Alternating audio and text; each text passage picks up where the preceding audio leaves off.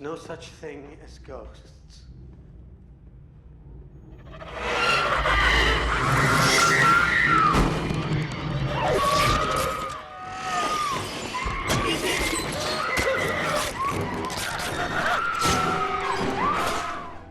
Hey guys, what's happening? Niyat here with Film Comics Explained, and today we'll be taking a look at 13 Ghosts, which is a 2001 horror film directed by Steve Beck, starring Tony Shalhoub, Shannon Elizabeth, and F. Murray Abraham.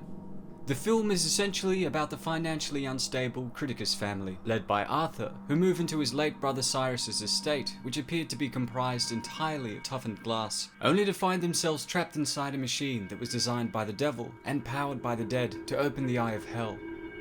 The film opens with a look at Cyrus and his assistant Dennis, a gifted psychic, who both lead a team on a mission to capture a dangerous spirit called the Juggernaut within a junkyard. Using a massive glass box and recordings of the Arcanum, which was an ancient book containing spells for summoning ghosts, the group were able to eventually contain the ghost, but not before losing many of the workers, including Cyrus himself, who was killed during the struggle. The Arcanum was essentially an ancient book that was written in the 15th century by famed astronomer Basilius, while he had been under demonic possession. Inside, the book contained spells that could be used for capturing and summoning ghosts, as well as the profiles on the 13 ghosts of the Black Zodiac, along with blueprints for creating a machine that could be used to open and gain control over the Ocularis Infernum, which was an eye located within hell. Mastery over this eye fundamentally allowed the user to see into the past and future, which is why Cyrus had gone to great lengths and had devoted his entire fortune and the majority of the late portion of his life towards this project. Now, after the death of Cyrus, his brother Arthur is informed by his uncle's estate lawyer, Benjamin Moss, that his family had inherited his brother's mansion. Surprised that they even had an uncle, Arthur explained to his kids that Cyrus was not popular among the family, as many had believed he selfishly squandered the family business. Seeing it as a way to get over their recent financial woes, Arthur takes his two children, Kathy and Bobby, along with their babysitter Maggie, to inspect the house. Sadly, if you're watching this now, it means I am no longer among the living. Happily, that makes you and your family my sole beneficiaries. A key? A key to what? A key to your new house. What? This house is the fruit of my life's work. But the only regret I have is that I never really got to know my nephew Arthur, nor appreciate the love of a family like you have. This house is my attempt to make up for that. After following the lawyer to the residence, they are met by Dennis, who claims to be an electrician assigned to deal with a power outage caused by the house. Moments after they turned the master key, the glass mansion slowly came to life, revealing all of their uncle's prized possessions. Almost entirely composed of glass, the house contained Latin phrases etched onto the floors and movable glass walls, along with some of the priceless artifacts. The kids venture through the house while Arthur signed the deeds to the property, allowing Dennis to explore the property on his own. Once he reaches the basement, he begins experiencing psychic flashes, which temporarily disorientate him. After putting on specifically designed glasses to allow him to peer into the supernatural realm, Dennis spots multiple spirits trapped within the basement. Rushing into Cyrus's office to stop the transaction and save Arthur's family, Dennis begs him not to sign the agreement and leave the property immediately, explaining that he had worked with Cyrus and hunted disgruntled spirits, 12 of which had been trapped within containment cubes stored inside the basement. After labeling Dennis as a nut, the lawyer then sneaks up into the basement to collect his payment, and greets each of the spirits in a mocking tone, indicating that he was well aware of Cyrus's ulterior motives. Unfortunately for Ben, although his payment was waiting for him, he had been double-crossed by Cyrus, and by collecting his payment, he had inadvertently activated a mechanism set up by Cyrus that sealed the entrance and released the ghosts one by one. On his way out, Moss encounters the angry princess, which he had belittled earlier, and backs up in fear, only to have an open doorway suddenly snap shut, slicing him in half. Bobby, who had been exploring the house unsupervised, is then lured into the basement by the voices of disgruntled spirits. It's also important to note that another voice can be heard, affectionately telling him not to come down, which was essentially the voice of his mother, who had recently passed away in a fire. While looking for Bobby, Kathy is attacked by the jackal spirit, which pulls her up one of the corridors before she is rescued by Arthur and a mysterious woman named Kalina, who explained that she was a spirit liberator.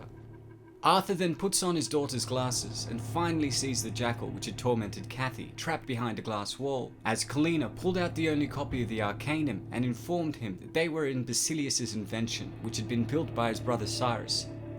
As the film progresses, more of the ghosts are released into the three-dimensional maze, which search the house for new victims to attack. Kathy is also abducted along with her brother, and much to Arthur's horror, he also discovers that one of the ghosts that were powering the machine was the spirit of his late wife, Jean. After exposing Dennis as an ex-associate of Cyrus, who used his psychic ability to find and capture the ghosts that were required to run Basilius's machine, Kalina then went on to inform Arthur that although his children were in grave danger, there was a 13-ghost failsafe integrated into the design. The willing sacrifice of this life, which created a ghost out of the act of pure love, was supposedly the only way to destroy the machine in its entirety. Dennis convinces Arthur to search for his kids one more time prior to resorting to sacrifice, and we see the two of them using a detached glass pane with protective spells as a shield while they ventured into the basement in search of his children. Dennis uses the glass to protectively trap Arthur into the corner while he dodged the hammer's attacks, only to see that the Juggernaut was approaching him from another corner, leading to his painful death at the hands of the two belligerent giants. Cyrus then appears, indicating that he had faked his own death with the assistance of Kalina, who was revealed to be his lover, and had even orchestrated the abduction of both Kathy and Bobby to ensure that Arthur willingly became the 13 Ghost. This did not stop the machine as Kalina had claimed earlier, but actually triggered its activation. Cyrus plays the Arcanum recordings used to trap the ghosts into their cubes once again and summons them into the main hall. Arthur, who is trapped behind the protective glass, is also visited by his late wife, and they share a moment prior to her being pulled away by the spells. Seeing his children appear in the middle of the main hall, with a set of whirling, razor-sharp rings circling closely above their heads, Arthur musters up the courage to save them, and after putting on the specialized glasses, he sees that the 12 ghosts were standing around his children, involuntarily powering up the machine. As he looked to his right, he also spotted his brother Cyrus, whom he initially assumed was dead. Going over what Kalina had told him earlier, he takes off his glasses in front of Cyrus, only to realize that he was still alive all along, leading to a struggle between the two. Maggie, who had been knocked out earlier, wakes up and plays around with the machine's controls, causing it to break down, releasing the 12 spirits which then descend on Cyrus, who had cruelly imprisoned them, and we see them hurling him into the spinning rings in an ultimate act of revenge. Basilius's machine then explodes, shattering the glass walls and allowing the 12 ghosts to leave the mansion peacefully, including Jean, who briefly appears in front of her family prior to saying goodbye. 13 Ghosts is fundamentally a remake of the 1960s horror film of the same name, which had been directed by the legendary auteur of horror films, William Castle. As was custom with many of his films, Castle used a unique gimmick called Illusioner, which would later be perfected to become what we know as 3D viewing. For the 1960s version of 13 Ghosts, the audience members were given a choice. Those that were brave enough would use specialized glasses to see a version of the film that featured the ghosts, while those that couldn't stomach this opted to watch the movie without ever seeing the ghosts.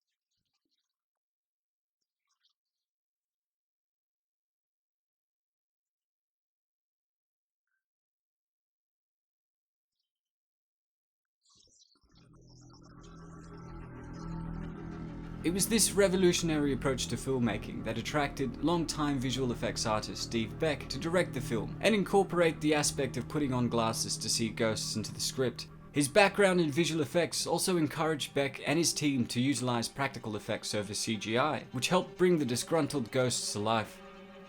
If you haven't seen the film, I've left a link to where you can purchase it below. Well, that's all for today, folks. Thanks to all of you guys who requested an explanation of 13 Ghosts. If there's any other stuff you'd like me to check out, please don't hesitate to ask. As always, it's been a pleasure. Niyat here with Film Comics Explained. Thanks for stopping by. It's time to leave. I'll take your word for it.